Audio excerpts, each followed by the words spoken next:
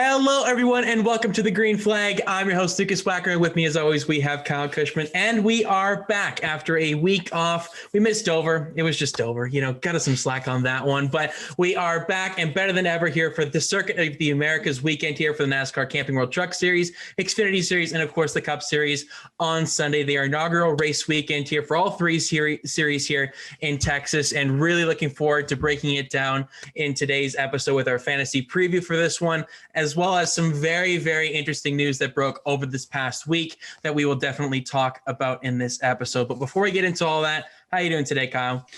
I'm doing good. Super, super excited for this upcoming weekend because it's a track debuting at NASCAR that we've been wanting for a very long time. I can't remember. What's the last time we had an F1 track that was active on the calendar, also on the Cup Series calendar? Like, you got to go way back to find that. Like, this is super, super exciting stuff. Not only that, you've got all three series going there, practice, qualifying, whole shebang this weekend. And then on top of that as well, Indy 500 qualifying and the Monaco Grand Prix. It's such a great weekend, great time for racing at the end of May.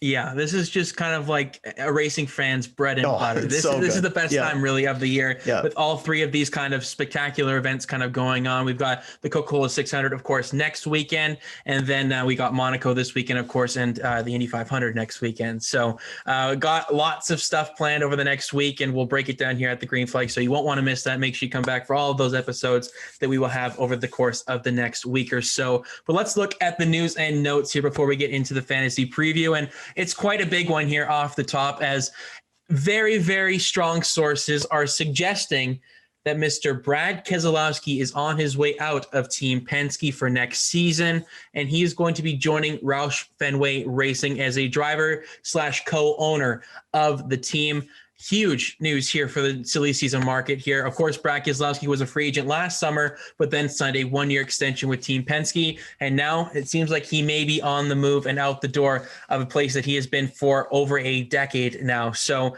it's quite the move here to go to Roush Fenway Racing, who, let's be honest, it hasn't been, so great over there for the past couple of seasons for sure. But, with the next gen car, there's a lot of optimism surrounding a lot of these mid-pack teams, hopefully getting to towards the front of the grid once again, and you can definitely check Roush Fenway's name off of that and looking for that possibility as soon as 2022 rolls around. But this is huge news, Kyle. This is the bombshell that could be here. It is very highly anticipated that it's going to be announced in the short-term future, long-term future. It doesn't know when we're going to get the announcement officially, but it seems very likely that Brad Keselowski is going to be moving to Roush Fenway Racing. Yeah, and this was a massive one, like you said, because he was the biggest name free agent coming into this year, past champion, a perennial contender. If he didn't have a bad couple of pit stops there at last time championship race at Phoenix, of course, we could be talking about him as the defending champion as well. So fascinating stuff here, because as you mentioned, Roush Fenway currently is a mid-pack team. They didn't make the playoffs with either car last year. Chris Buescher looks to be in that points fight this year. Newman is a bit farther out right now. But this is a fascinating move, because it's not just your typical silly season move where it's driver going from team A to team B for usually performance reasons. This has so much more to kind of break down with it when it comes to the next gen car, the ownership model out Roush Fenway, the ownership aspect of Keselowski joining the team, all these different things. And this is a move that kind of went from being like a long shot speculation, like it's been offered, but will he really take it, to just a couple hours later, barely even, like all of a sudden being like, oh yeah, this is definitely happening, from major sources as well. So this is a really, really interesting move to me, because you look at Keselowski, he's 37 right now, I think it is. I think so. Late 30s at least. Going into kind of that peak statistical point of his career, age 39 season. And then after that, some drivers kind of fall off pretty quickly. Some drivers are able to kind of maintain that throughout kind of their early part of their 40s. And so when you look at somebody like Keselowski, who's got the one championship, is at a team that is a championship contender, you would assume just re-sign there, stay at that championship level team, all that kind of stuff. But when you look at, as it is currently right now, Joey Logano is clearly the number one driver there, at least this season, in terms of consistent performance. Ryan Blaney is kind of the future kind of media darling kind of there for that team. And then Keselowski's over the last couple of years, I think the biggest point we saw it was with the crew chief change and with him getting Jeremy Bullins and all that kind of stuff, has kind of become the number 3 driver in terms of the hierarchy at that team, even though he still does drive the number 2 kind of flagship car there. So when you look at that, you can kind of see the way that things have been trending. The 1-year extension was one that made sense for a lot of people in that instance, but Keselowski is somebody that wants to remain in NASCAR past his driving days. He's been a past owner as well for his own team in the Truck Series, so we know that he's got some history there. And when you look at Roush Fenway, they're a team that has a lot of money there with Jack Roush and Fenway, who own the Red Sox, own lots of different teams. I believe they're involved with Liverpool as well. Like, they've got a lot of money there. And adding somebody like Brad Keselowski to that team legitimizes them as trying to climb back up the order. This is a past team that had such dominant seasons that they literally caused NASCAR to change the rules in terms of championship formats and all this kind of stuff. So let's not forget where they come from as well. Really interested to see kind of how this shakes out, because for Keselowski, you might be giving up 1 or 2 years of that kind of shot at a championship for maybe a longer play, both financially and also maybe for success. But this is definitely a silly season move that I don't think you could say anybody saw coming. But when you see how things break down, you can kind of see where things start to make sense here. Yeah, there's a lot of questions to be, asked about this situation. And, do they go to a third car if Newman doesn't end up retiring, or, does he take Ryan Newman's seat? There's that possibility. Even if Newman does retire, do they think about a third seat as well? Yeah. And, Chris Buescher as well, we'll toss him in here. He got a contract extension, it seems, from Roush Fenway Racing. They didn't officially announce that, but they extended a partnership deal with their primary sponsor of the number 17 car. And Fastenal, of course, have been around for many, many years, back when Carl Edwards used to drive with this team. And they are extending their relationship till 2024. So they've got some sponsorship on lock over there at Roush Fenway Racing. And Newman's brought in a lot of sponsorship over this past year for obvious reasons since the Daytona 500 crash. So he's been in the news quite a bit. But for Keselowski, as you mentioned, he was a team owner quite some time ago in the Truck Series, and then it's been a couple of years now. Financials didn't make much sense for him back then, and it just didn't quite work out. But he did spark a lot of young drivers' careers, including his teammates Ryan Blaney. So there's a lot of variables to this situation, and Keselowski, as you said as well, he's a guy that wants to maintain his spot in this sport beyond his driving career. He's made that pretty clear, whether that's doing one-off broadcasts or doing some race hub stuff midweek. He's always been interested in the business side of things, and we've heard that in press conferences and through his media availabilities throughout many, many years here, especially over the past, I'd say 3-4 seasons. He's been even more vocal as he's gotten older, and he's matured, as many drivers do. They get that a veteran presence, I guess. But there's a lot of possibility here, optimism for Brad Keselowski. As you said as well, you made some really good points in your Thank you. In your stuff. Like, he may sacrifice on the short term here, but the long-term game may end up favoring Brad Keselowski. But that's all depending on if Roush Fenway Racing can get their act together on the track for this to become really a viable solution to Keselowski's final chapter in his racing career in the Cup Series. It's going to take a lot of work for Roush to get back up here to compete with these guys, but with the next gen car and what we've heard and what we've obviously seen since the announcement, with being almost a kit car to an extent where there's less variety of what the teams can do and behind the scenes and at the race shop. So I'm very fascinated to see what Keselowski's press conference will look like when he makes this announcement and his reasoning behind it, because I still have a lot of questions behind it. Like, what does he think that Roush Fenway provides him more so than maybe Penske could to get a championship? I think this may take him out of a possibility of getting that second championship, in all honesty, but I could be entirely wrong on that. But just based off of where they've been, and it's going to take a long road for them to get back up to where we have seen them dominate, as you said as well.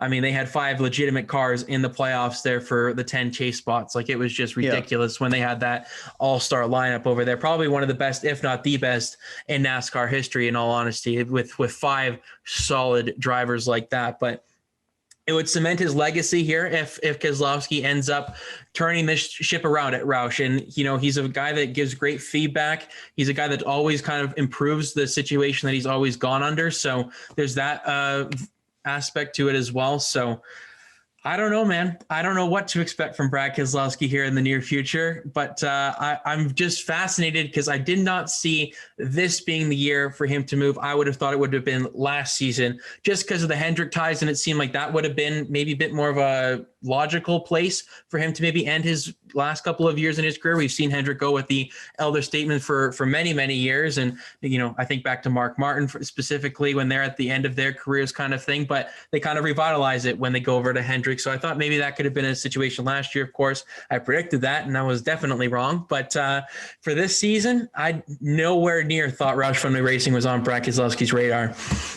Yeah, and there's a lot of past parallels that you can pull to this kind of move as well. I think the one that mostly comes to mind for myself, and obviously it's not a one-to-one comparison, is Tony Stewart's move to Haas CNC and becoming a part owner there with becoming Stewart Haas Racing, and then immediately turning that team around from a 25 to 30th place team in the standings to immediately becoming a playoff contender, and then of course becoming a championship contender after that.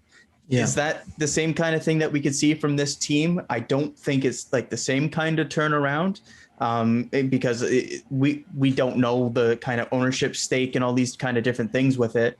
But Roush kind of has been on an upward trajectory the last couple of years, with Newman kind of being a guy who's been very consistent, bringing Chris Buescher into the fold, who is a driver that I quite like, and we've seen some flashes from him this season.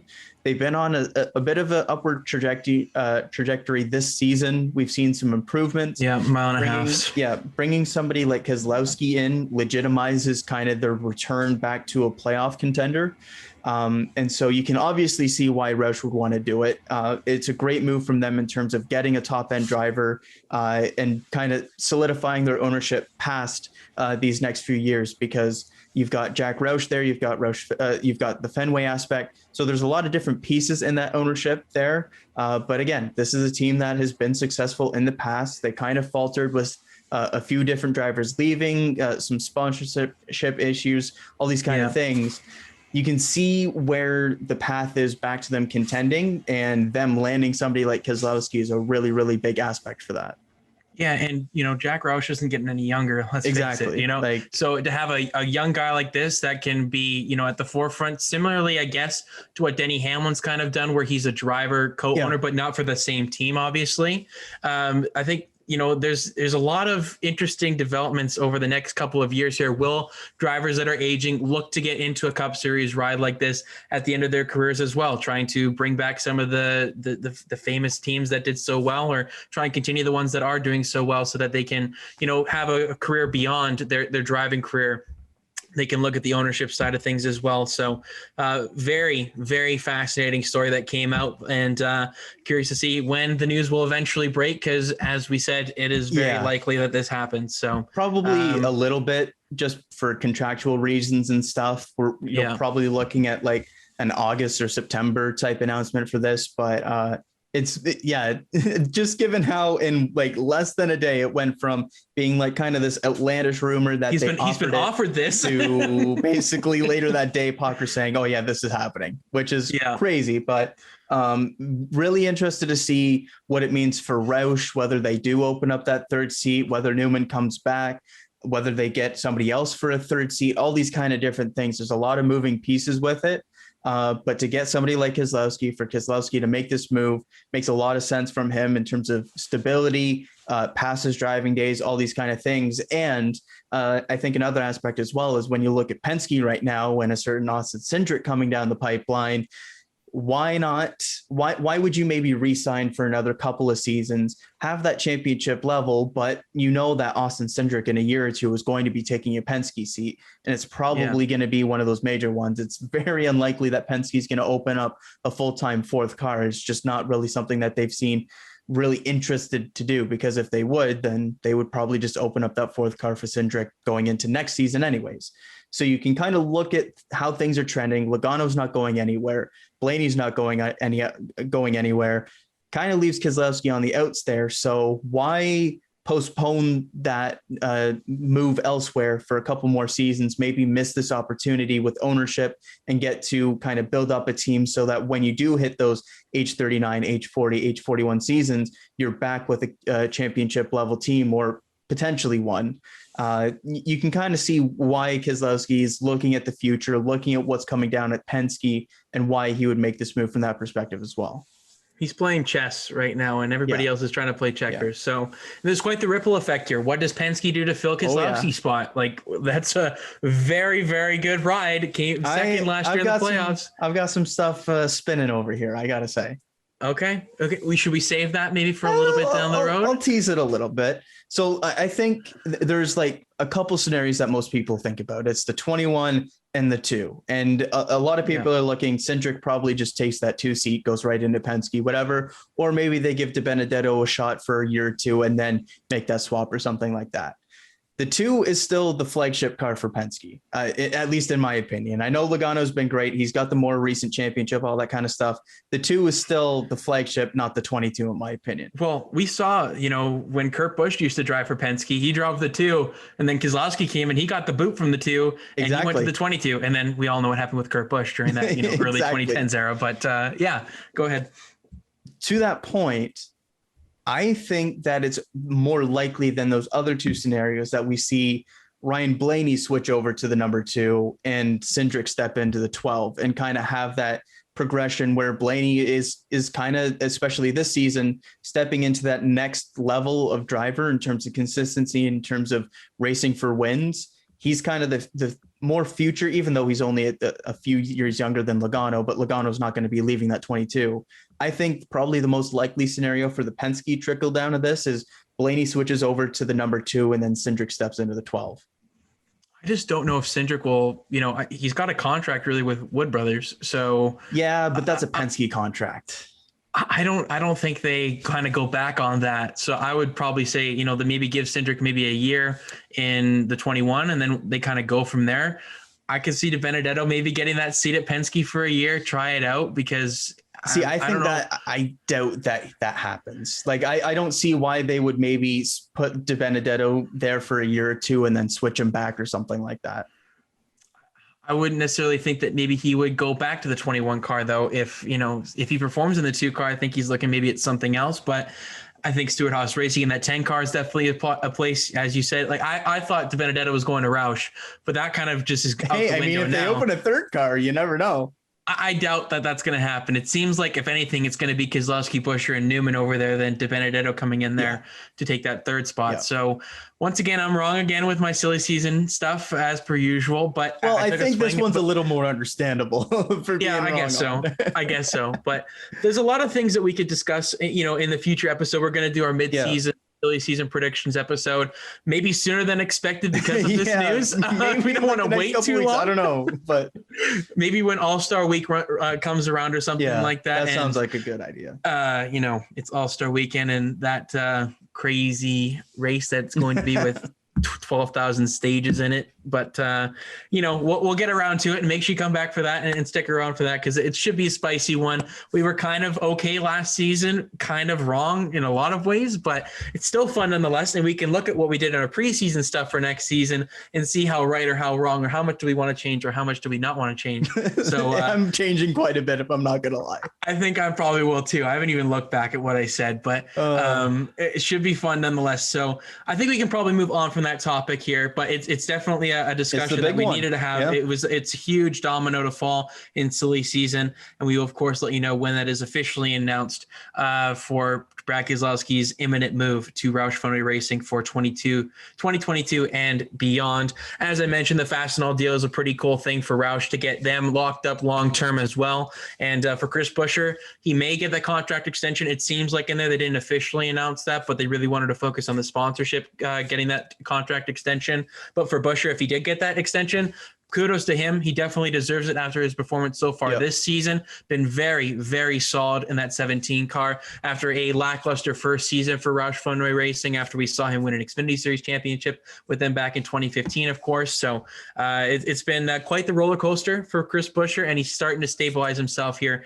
at Roush. And it should be very, very cool to see him and Keselowski go hand in hand. And we'll see if they have Newman along with them in next season. But do you have anything you want to add on the Fastenal thing quickly? Yeah, just quickly, I'm a big fan of Chris Buescher's. I think that given equipment, I think he's a potential race winner.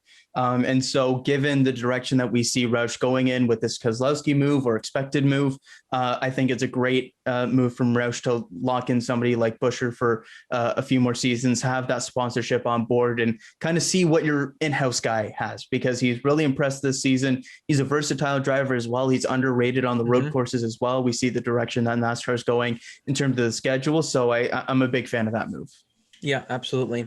Let's stick with the sponsorship news here, and we'll go to 2311 Racing with this one, as DraftKings has become a major contributor to the expansion plans for the anticipated expansion plans for 2022, with, of course, Michael Jordan and Denny Hamlin's team for next season, as they continue in talks to acquire a second charter for next season.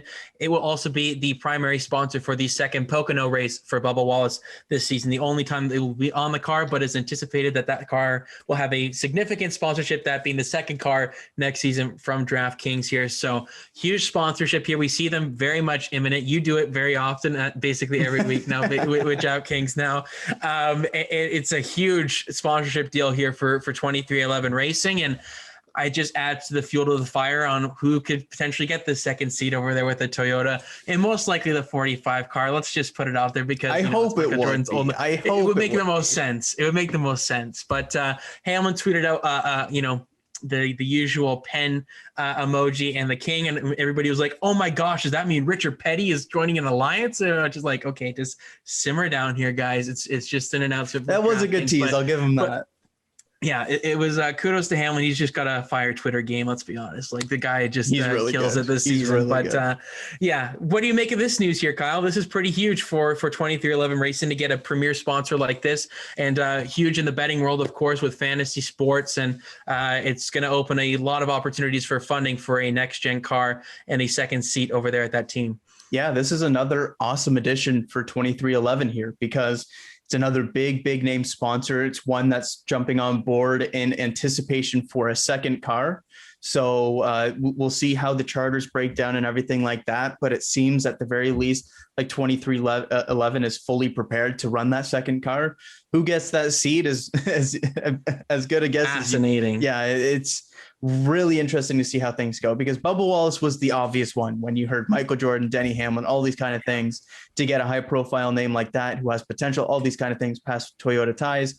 From here, it gets way more interesting, because they can go a veteran route, they can go a rookie route, they could go a bunch of different things. They can go Toyota pipeline, lots they can go elsewhere. So many different possibilities there. But the big thing, I think, for that is to get an external sponsor like DraftKings allows them to go out and get somebody that they want, that somebody that they think can be that kind of driver to help them progress as a team, rather than kind of having to make a decision based off of sponsorship, which we see a lot of teams have to do just because of money reasons in an expensive sport. To get somebody like DraftKings on board without even a driver named or expected or anything like that, to have them jump on board just to be associated with this team, with their branding, all this kind of stuff, is great signs for starters for how 2311 is doing things in terms of marketing. Is a great sign for them going into next year, and for whoever gets that second seat is a great sign for them, because they've already got a primary sponsor and they don't even know they're getting the seat yet. Yeah, it's kind of an interesting situation. You don't really see it that often, where the sponsors announce before a driver is even rumored for that seat. Before the car even exists. Basically.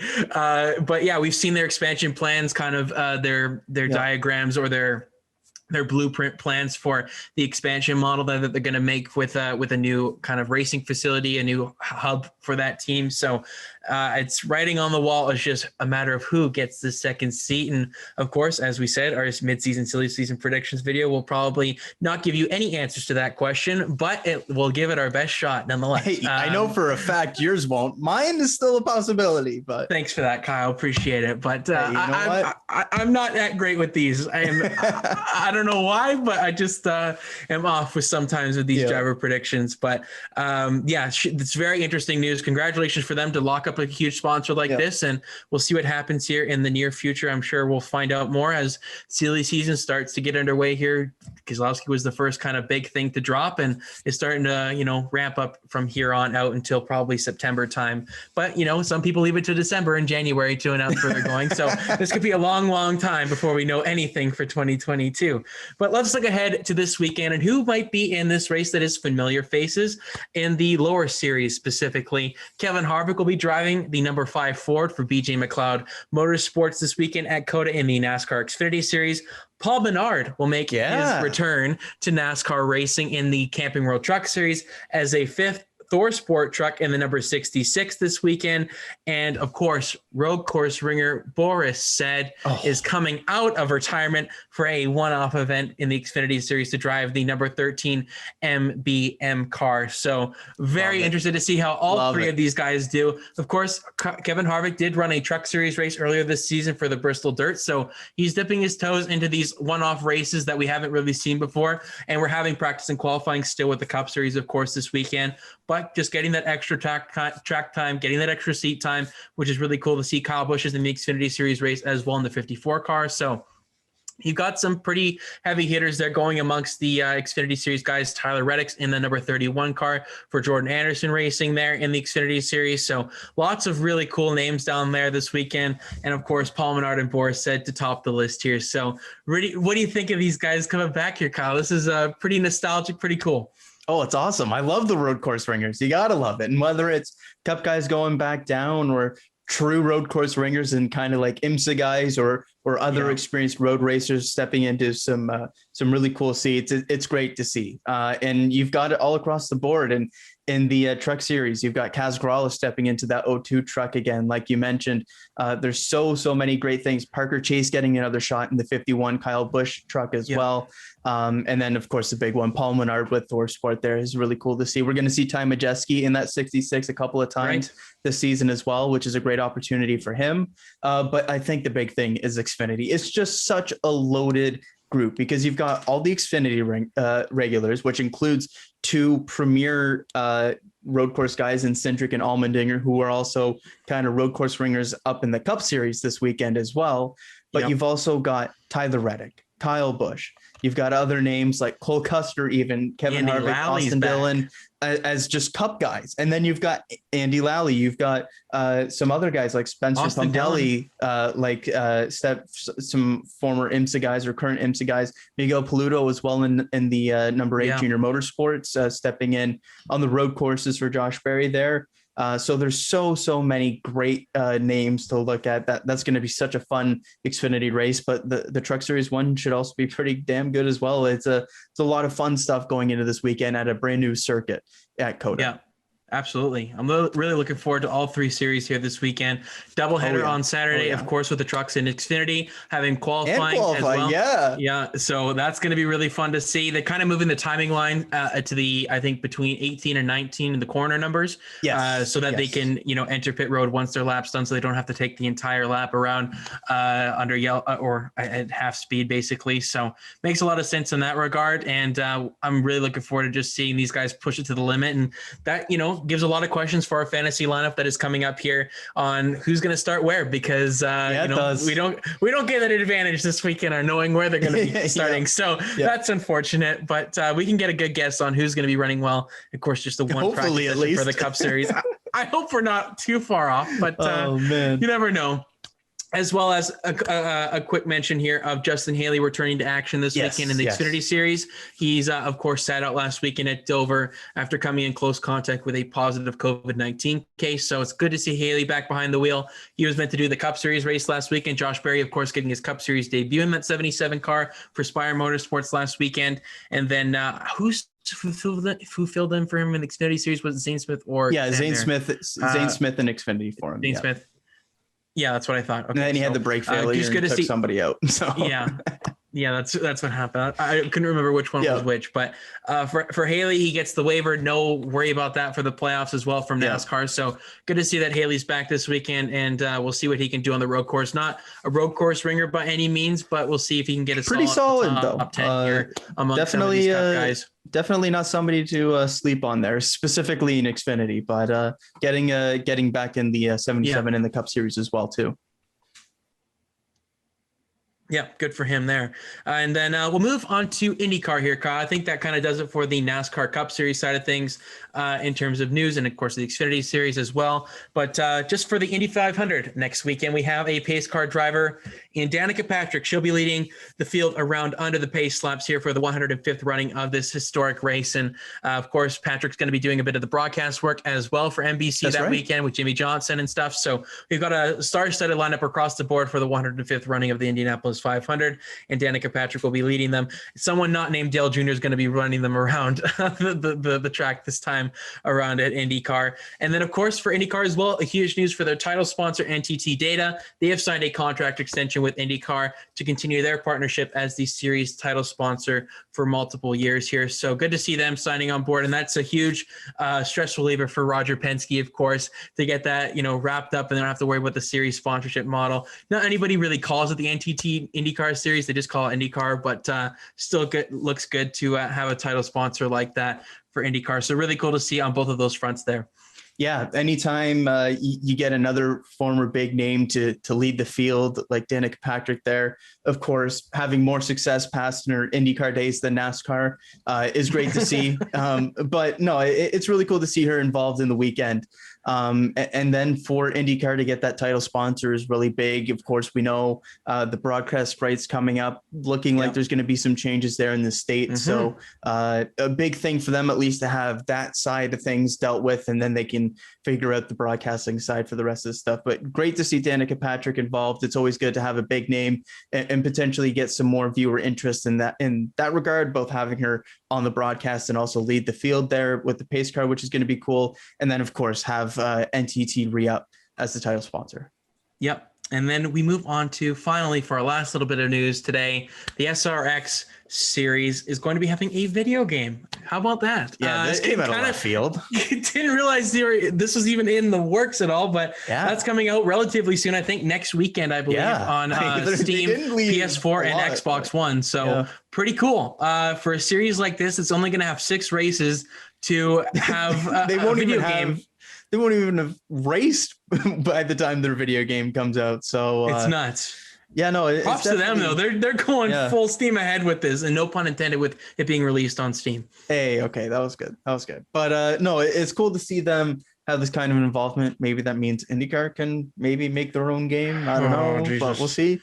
But no, it's really cool to see. I did not think that we would be getting an SRX video game by any means, but cool to see that they got a developer on board, have this kind of stuff, because there are some really big names associated with the game and with the series, of course. So really cool to see them get this. Obviously remains to be seen how good the game is or anything like that, but it's not going to be a sim. It's going to be a more fun game with kind of a NASCAR heat kind of parallel.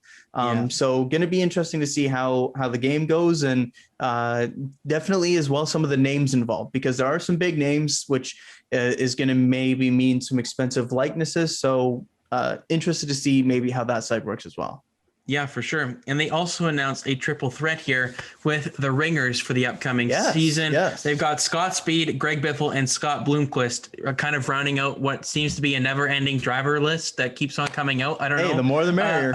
I don't know what's going on. I could not even tell you the entry list really for the first race, but there's quite a few big names involved in this, and I'm really looking forward to just seeing how this series turns out. And the best part about it is Alan Bestwick's going to be behind the call of this one. So yeah, really looking forward to that. He's at the Indy 500 as well, doing some PA stuff, it seems. So he's definitely starting to, test the waters a little bit with racing again, which is awesome to see.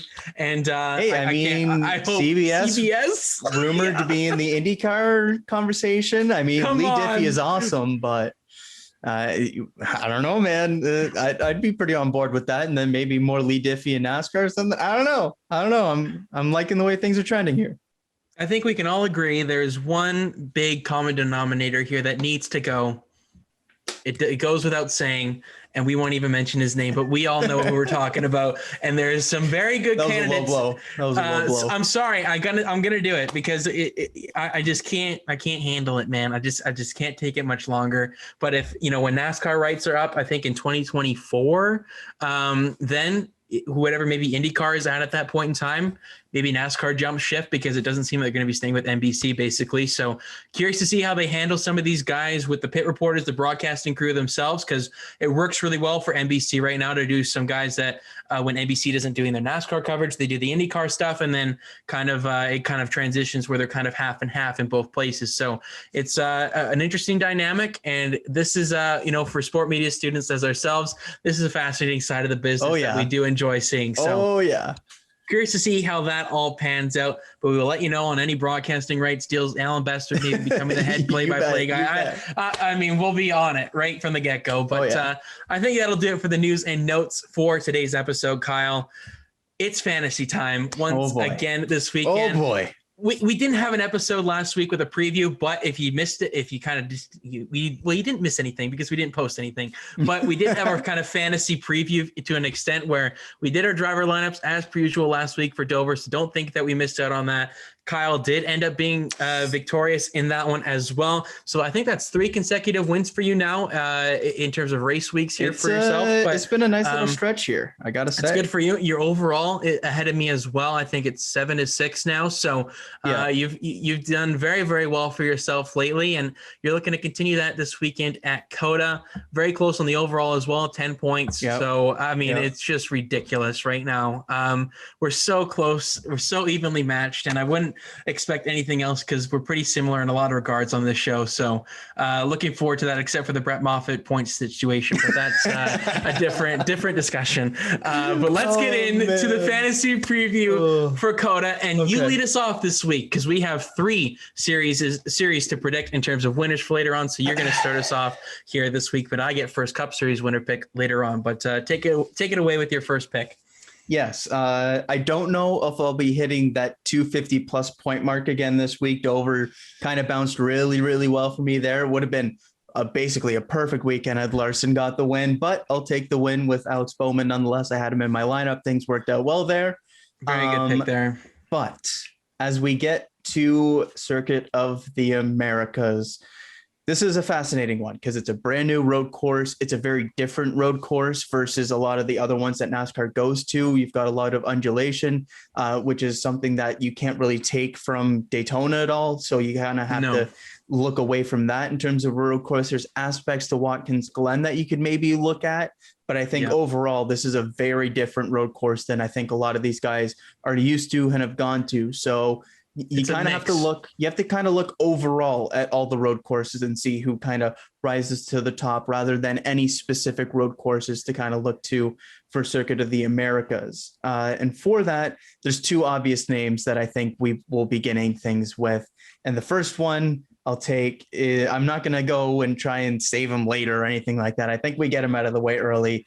And the first one is Chase Elliott. You save the usages all season long for the road courses. Well, they're starting to come thick and fast here over these next handful of weeks. We're into the second half of the season. Lots of road courses coming up, and that's where these Chase Elliott usages come through. The guy is just dominant at these places. Even when you've got some other competitors like Martin Truex Jr. or any other names, he just rises above them. And you look at the win streak he had at road courses, should have won at the Daytona road course if it wasn't for that weird late caution because of rain that wasn't really there or anything like that. And then the chaos that happened after that, he was in line to win that race. So I have No expectations that Chase Elliott won't be at the front once again, qualifying as well. So he'll be up there from the start. You don't have to worry about any will he start on pole? Draw. No, he will not. Okay. He will not start on pole. That's actually a fun one. We can maybe make a poll guess here as well. Might as well. We'll see that later on. Yeah. But anyways, Chase Elliott. We don't have to do that very often. Road course guy. Yeah, I know. Oh my God. I wish we did. Anyways, Chase Elliott, great road course guy, top team, doesn't have to worry about qualifying draw. He'll be starting where that car deserves. Chase Elliott, easily the first choice here. Yeah, I mean, it's a no-brainer. Yeah. How many usages do you have left on him? I'm just curious. I'll double check here because I actually don't remember off the top of my head. I've got 7 left. I've got 7 as well. Yeah. Okay. So I used them at Darlington there, you used them at Atlanta, and then we both used them, I think, at the road course and then somewhere else. Martinsville. Yeah. Okay. Yeah. So that's our 4 usages so far on Chase Elliott. So makes a lot of sense in that regard. As Kyle said, he's just a dominant guy on these kinds of tracks, and it doesn't matter which track it is. This is an all-around beast on the road courses. Over the last 9 races on road courses, he's got an average finish of 8.11, 5 wins, 6 top 5s, and a whopping 275 laps led. And in road course terms, that's is dumb. A lot of laps led because they're about what? I don't know how many laps it is this weekend, but it's got to be probably 50, 60 something. But let's see. I think Watkins Glen's like 80 or 90, right? And that's a pretty short road course in terms of you're looking at 2-minute lap times here plus. Yeah, so, absolutely. So, I mean, you just look at Chase Elliott here. He's a no-brainer. I've been saving the usages on him, and this is a track where I feel confident with him. He did a Goodyear tire test here as well. I don't know how much of an advantage that is going to be. Laps are laps. And practice, he's going to have that this weekend. So I expect that car to be pretty much dialed in when it comes time for Sunday's event. And I'm pretty much locking in on Chase Elliott to have a very, very fantastic weekend. And he's still looking for that first win of 2021. Let's not forget that as well. So could he break through this weekend and finally get that first win? We'll see when the checker flag falls on Sunday. But also, no need. 68 laps for the race. 15. Wow. Oh my God, we're going to be here a long first time. Stage, 17 second stage, and then 36 final stage. Okay, let's not forget that there's no local yellows, so let's bring on the cautions. Woohoo! Lots of runoff. So there's a lot of passing zones at this track. There's absolutely no excuse for a lack of passing. It is just how much the field is going to get spread out, and I'm a little bit concerned about that. But hopefully, there's a good battle up front between Chase Elliott and this next guy, Martin Truex Jr. He's my second guy this weekend. I've got 6 usages left on Truex. I'm going to be a little bit more cautious, I think, as the season goes along, because he is more of an all-around threat, it seems, this season, of course, having 3 wins already. So I don't want to waste a usage here or there. I think I'll use him maybe on a couple of road courses, Watkins Glen for sure, because he's really, really good there along with Chase Elliott, but maybe a couple of the ones that I may take a little bit more of a cautious approach with Martin Truex Jr. But for this weekend at COTA, I'm not going to take that. He's a guy that really frustrates me on road courses because especially this past year and a half or so when we've had these tracks, he's been so good and then he does something to mess it up. We look at the Daytona road course, the past 2 instances where he was a speeding penalty when he was in the lead there in the 2020 version of it. And then 2021, this season, he of course goes into that one of those last restarts there, sends it in there, locks up the wheels and then spins out and costs himself a really good finish and possibly a contention for the win there. So it's just been all over the place for the 19 car, but over the last 9 road course races, he has the best average finish amongst anybody in the NASCAR Cup Series field with a 5.44, 2 victories, 5 top 5s, 142 laps led. Elliott and Truex are the guys to beat on the road courses, and I'm going to have both of them in my lineup here this weekend. Absolutely. It just makes so much sense to use them. And how many usages do you have left on Truex there? 6. Okay, I've got 5. So a little bit difference there. A little bit of a difference there. Hey, you can't talk much because I'm the one who's ahead right now. But Truex is the obvious play for as a low blow. Hey, I'm just spitting facts here. But no, it's a road course. It's Truex. It's just one of the 2 obvious picks. There's really not much else to say about it. Yeah, for sure. You go again here with number 3. No, you. Oh, yes, because I also have Truex. Sorry. Next, this is where it opens up. This is where it gets interesting with what you want to do, because there are some road course ringers stepping in here, guys. You don't need to worry about usages for. There's other regulars who are contenders elsewhere, but do you want to use a road course usage on them or save it for elsewhere? So I think the next one I'll go to is maybe a bit more of a quote unquote safe pick, because I'm not worried about the usages whatsoever, because this guy isn't running the full season. And that is one Austin Cindric with Team Penske here. When I look at it, you've got qualifying. You don't need to worry about starting at the back because he's entering as an extra car that you don't need to worry about all that stuff. So given his talent level on road courses, I think the big thing for me as well is seeing how well AJ Allmendinger did at the Daytona road course, just in terms of comparing those two in relatively equal equipment in the Xfinity series, extrapolating that to what it would mean with a Penske car at a road course here. I really like Cindric this weekend because of that qualifying. He doesn't need to worry about starting at the back.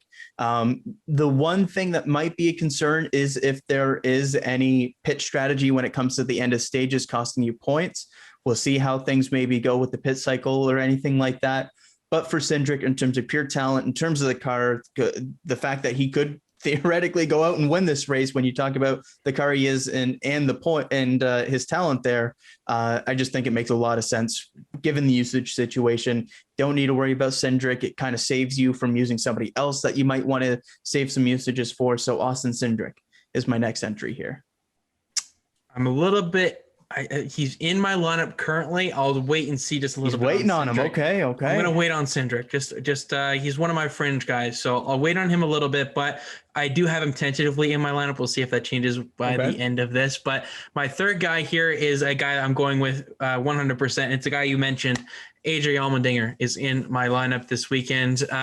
It's just for the reason of practice and qualifying being there this week. And unlike the Daytona road course where he showed exceptionally well without qualifying. So he had to come from the back, and he did a very good job getting a top 10 finish there. And I'm expecting big things from Allmendinger once again this weekend. This is a driver's racetrack. This is a driver's event this weekend. And the people that are good on road courses, they're going to have plenty of time to figure that out. And AJ Allmendinger, I'm expecting probably a top 5 finish here this weekend, to be honest. I'd be kind of disappointed if he doesn't maybe get that because of how well he did show on the Daytona road course, and this is more of a road course where he is more accustomed to driving on as well. So having the Xfinity Series race as well is going to bode well for him, I think.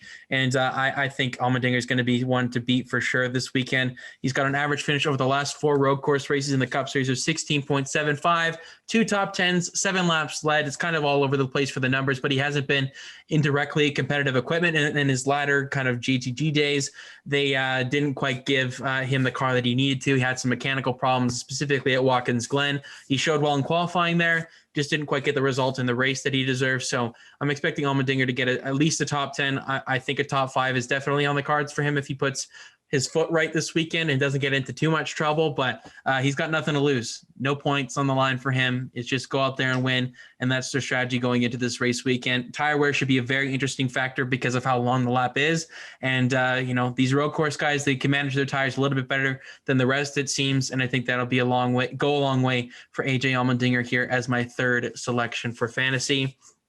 My fourth guy is a guy that's on a roll right now. He's just absolutely ridiculously consistent. 11 straight top 10 finishes. William Byron is in my lineup this weekend.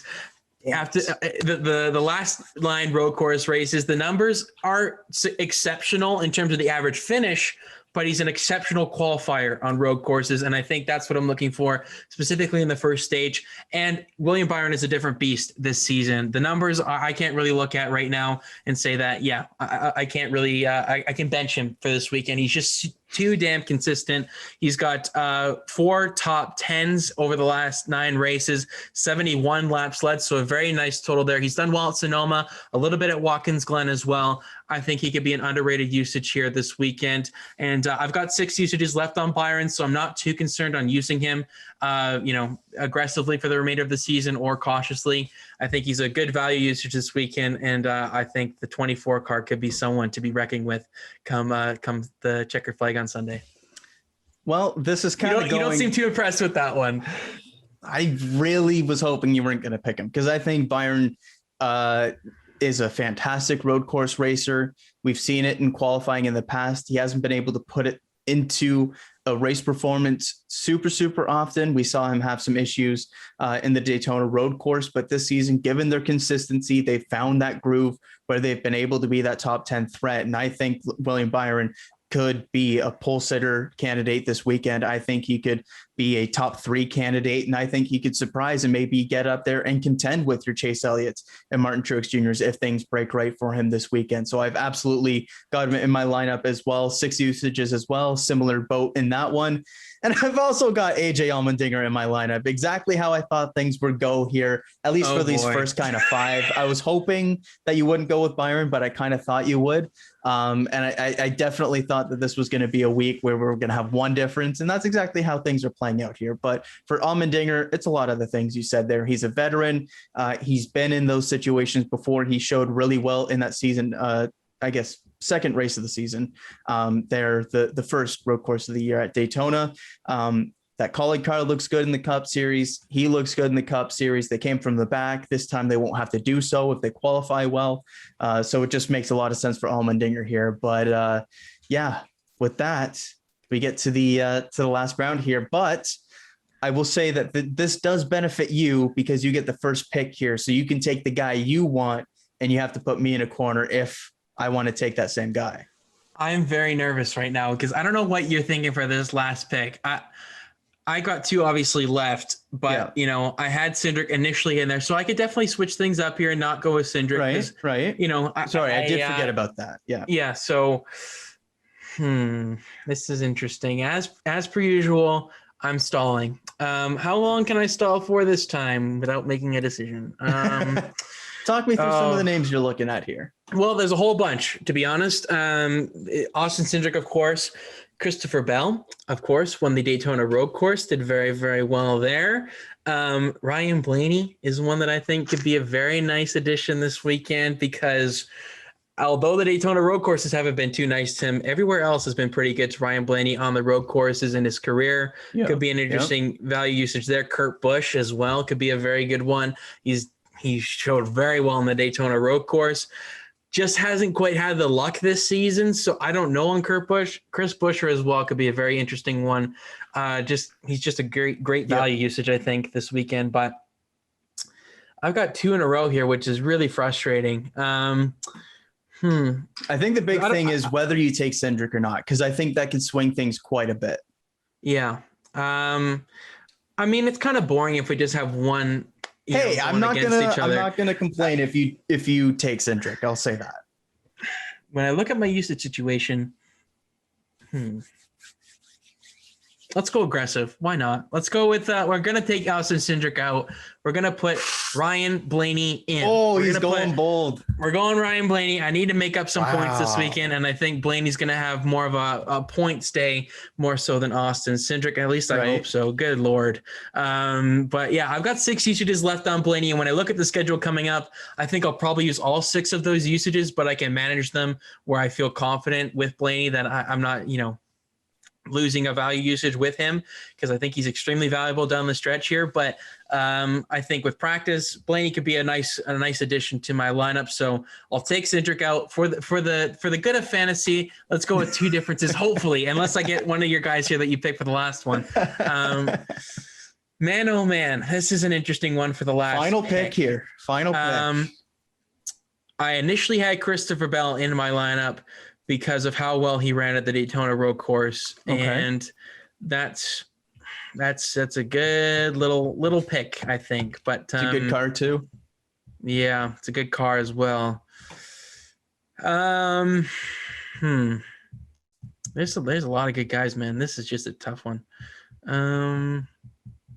You know what? I usually I'm going to go with Bell. I'm just going to go with it. He's going with it. Okay. I'm going to go with Christopher Bell because I waver too much sometimes, and I'm just going to stick with my initial gut, except for the Ryan Blaney and Austin Cindric thing to spice things up. I'm going to go with Christopher Bell to round out my lineup for COTA this weekend. I mean, it makes sense. He's the defending road course winner. So it does make a lot of sense. And when you look at Bell and the usages, it's not somebody that you're necessarily worried about using up all 10. So I definitely think that makes a lot of sense. That Blaney one does scare me quite a bit. I'm not going to lie. I'm not going to match you on either of them. Okay. I'm going to go different. So we're going to have two differences here. Did I mention anyone that you're going to pick here or no? You did not. You did not. This is scaring me now. I'm going with a bit of a swing on this one here. Here he goes with a swing, ladies and gentlemen. I'm going with a swing. It's somebody that I definitely need to manage the usages for, but looking at the way the schedule breaks to the rest of the season, I actually don't hate taking the swing as much in this race, mainly because the run they've been on at road courses has been so good. Back-to-back second places at road courses dating back to the Roval last year and the Daytona road course earlier this year. Could have won the race earlier this year as well.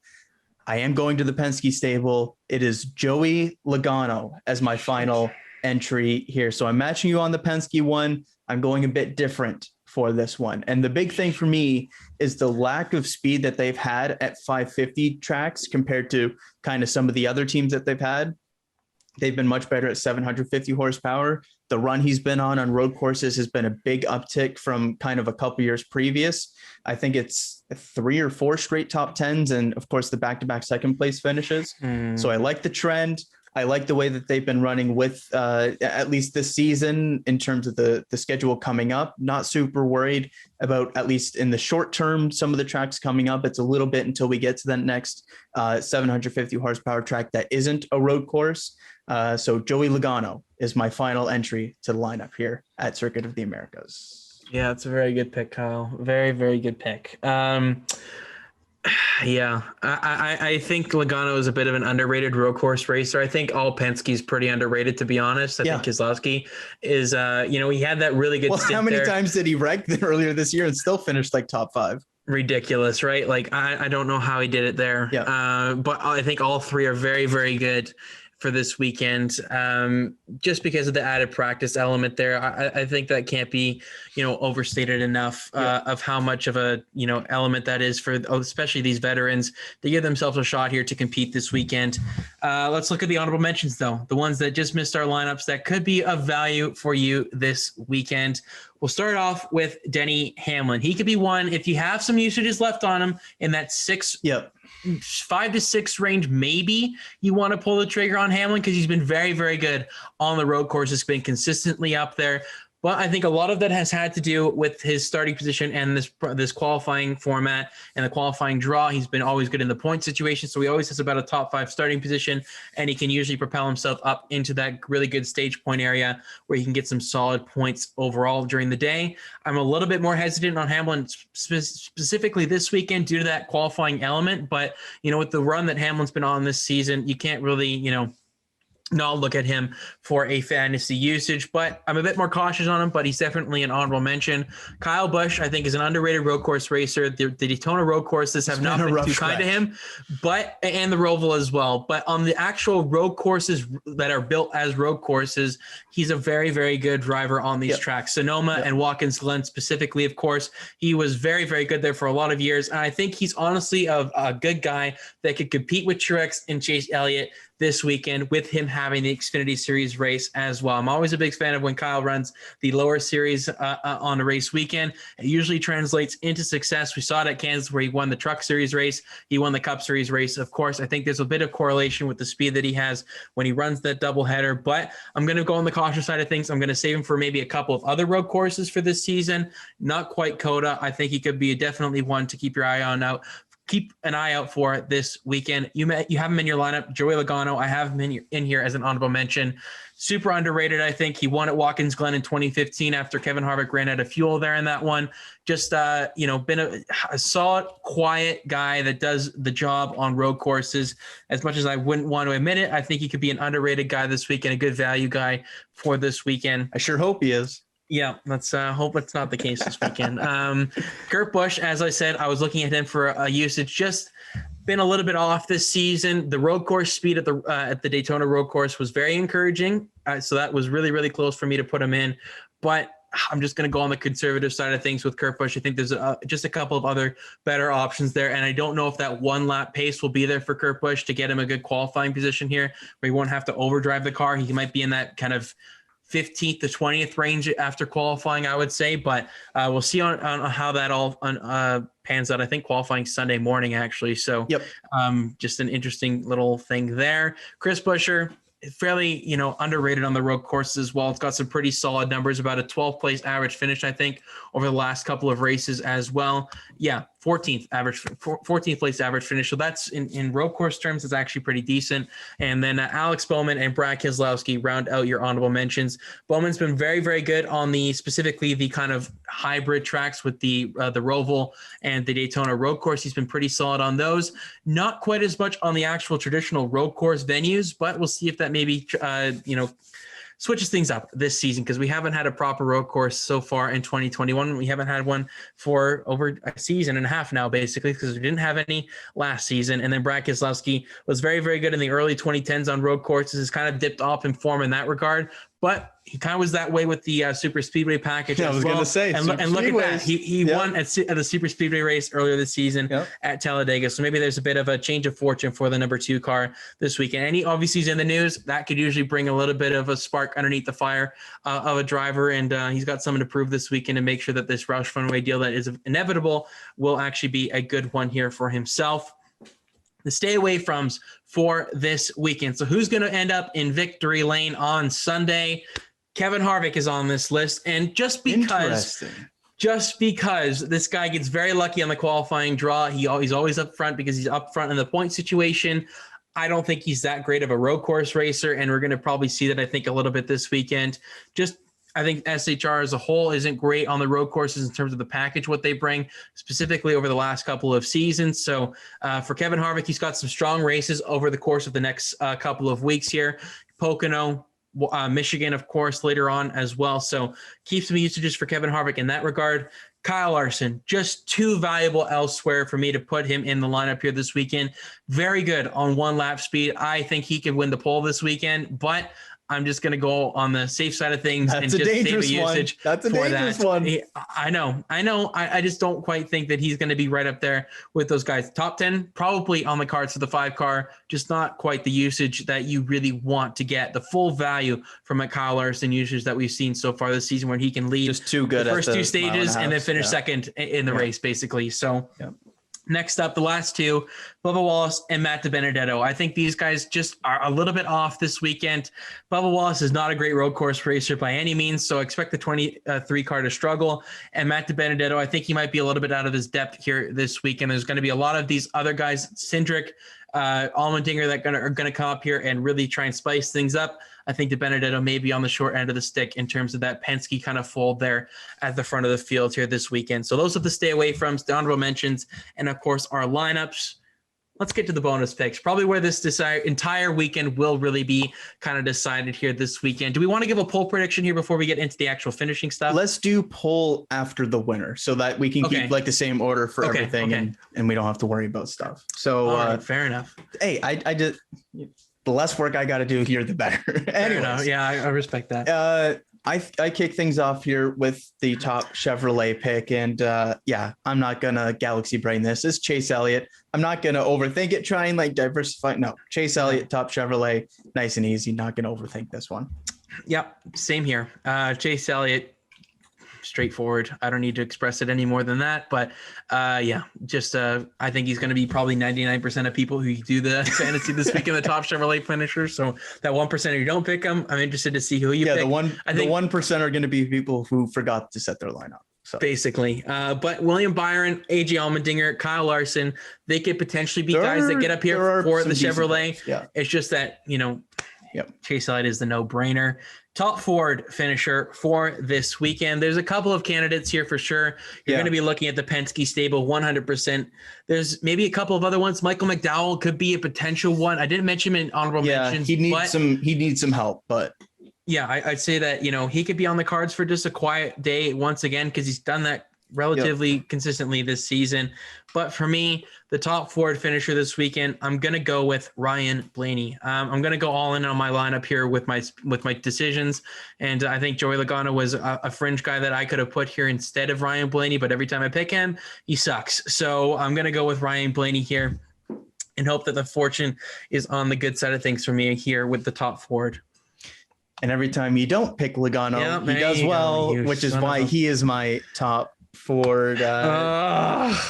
Couple back-to-back second place finishes. I think it's four so lame. Top 10s on the road courses. Hey, you've got the Penske guy in your lineup. I'm going to take the Penske guy that's in my lineup. Okay. Fair enough. I can't get mad. You want me to get even more lame here?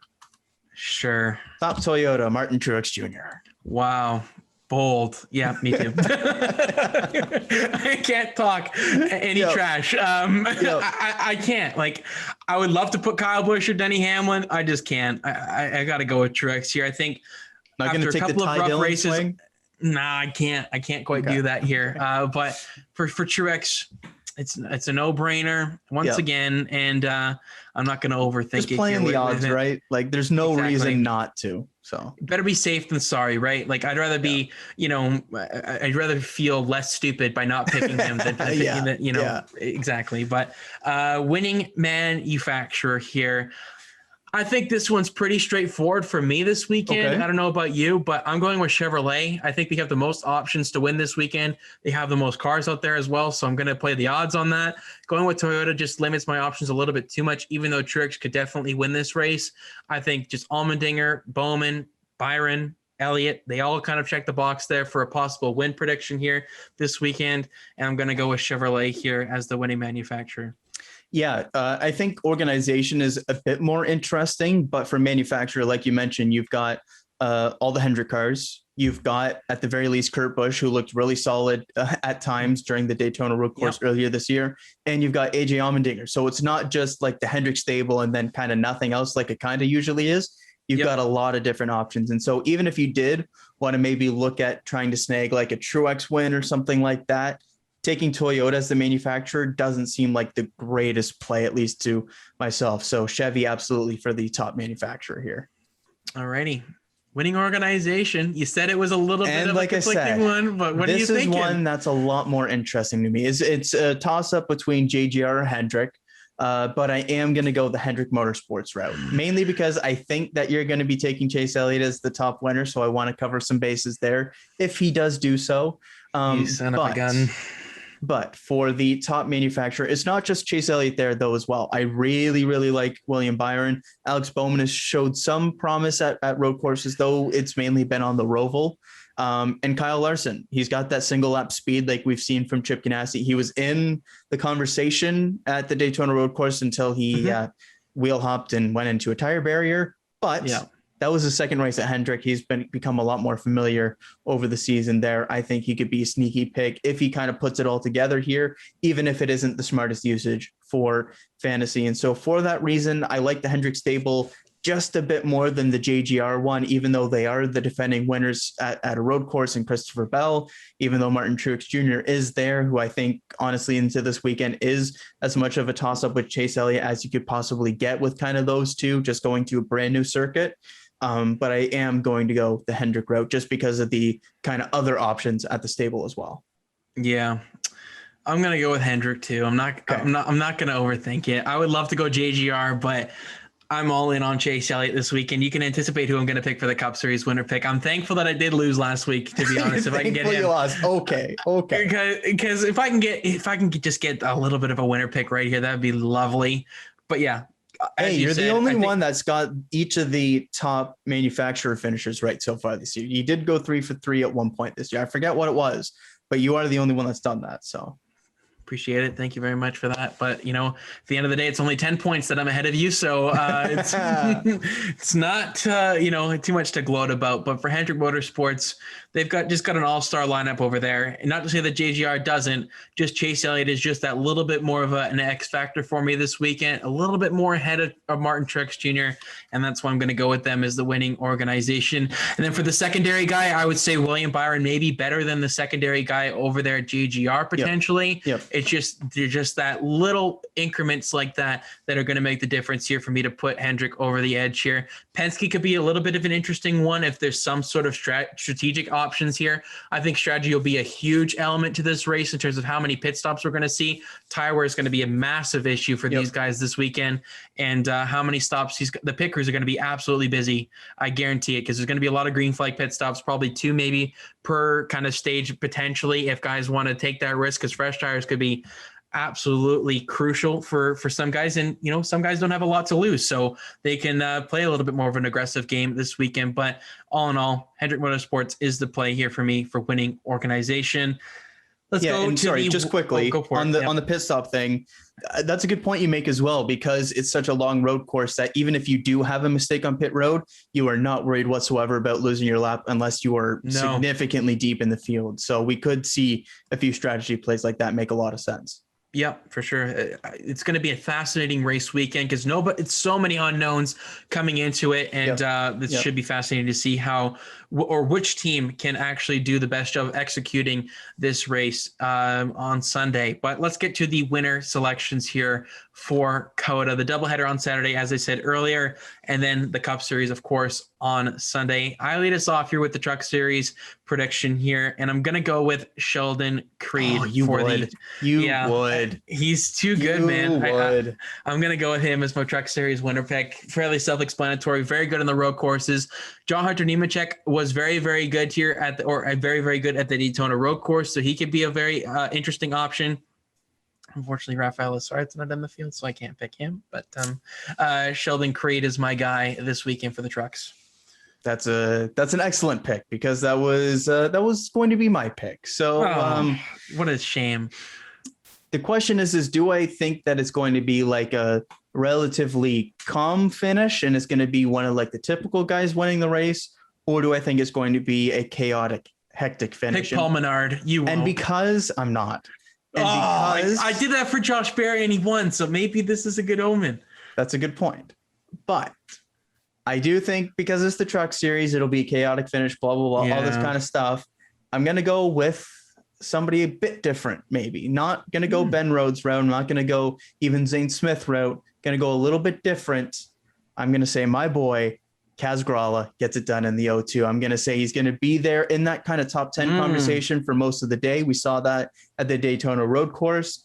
I think we're going to get a chaotic finish because that seems to be the only thing that the Truck Series is allowed to do this season. Yeah. And because of that, I think he's going to be in position to take advantage of some younger drivers, maybe more inexperienced drivers making some mistakes. And I'll take the home run swing and say Kaz Grala gets it done for a bit of a fun pick there. Respect for that. I honestly hope you're right, because that would be pretty cool to see. He was very, very good anytime he goes down in the lower series. Really, don't forget his one Cup Series race so far. I'm pretty sure his only Cup. Oh no, because he did colic stuff. Anyways, his Cup Series debut last year at the Daytona road course, top 10, filling in for Austin Dillon, 7th. Which is pretty damn good, because if you look at Austin Dillon's history in that 3 car at the road courses, different story. So good, but we get to the Xfinity Series and I get the first pick for this one. And there's a lot of really, really interesting picks you can go for this one.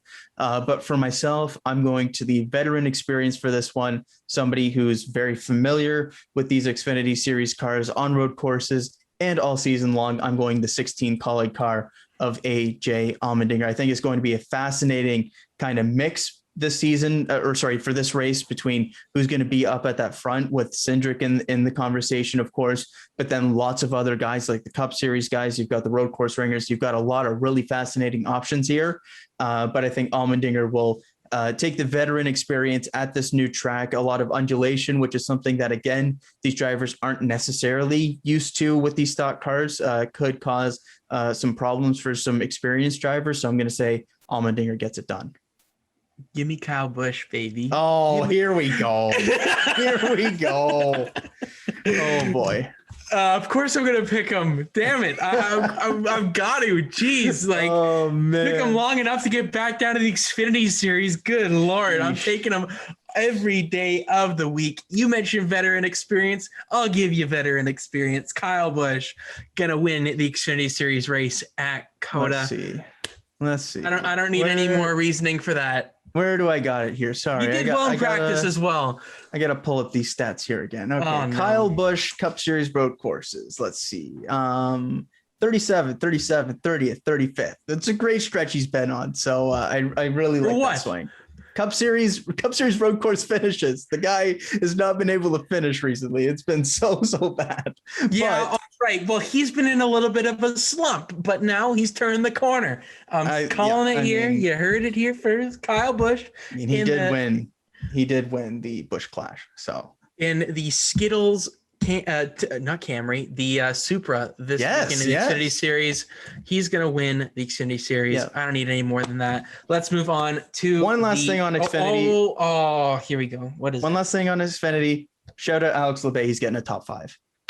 I would love that. That would be awesome. That'd be really, really cool. I hope he does it because he's had some bad luck on the road courses in terms of getting the finishes. He's been excellent in terms of overall performance. Hopefully he can get a good qualifying position and stay out of trouble.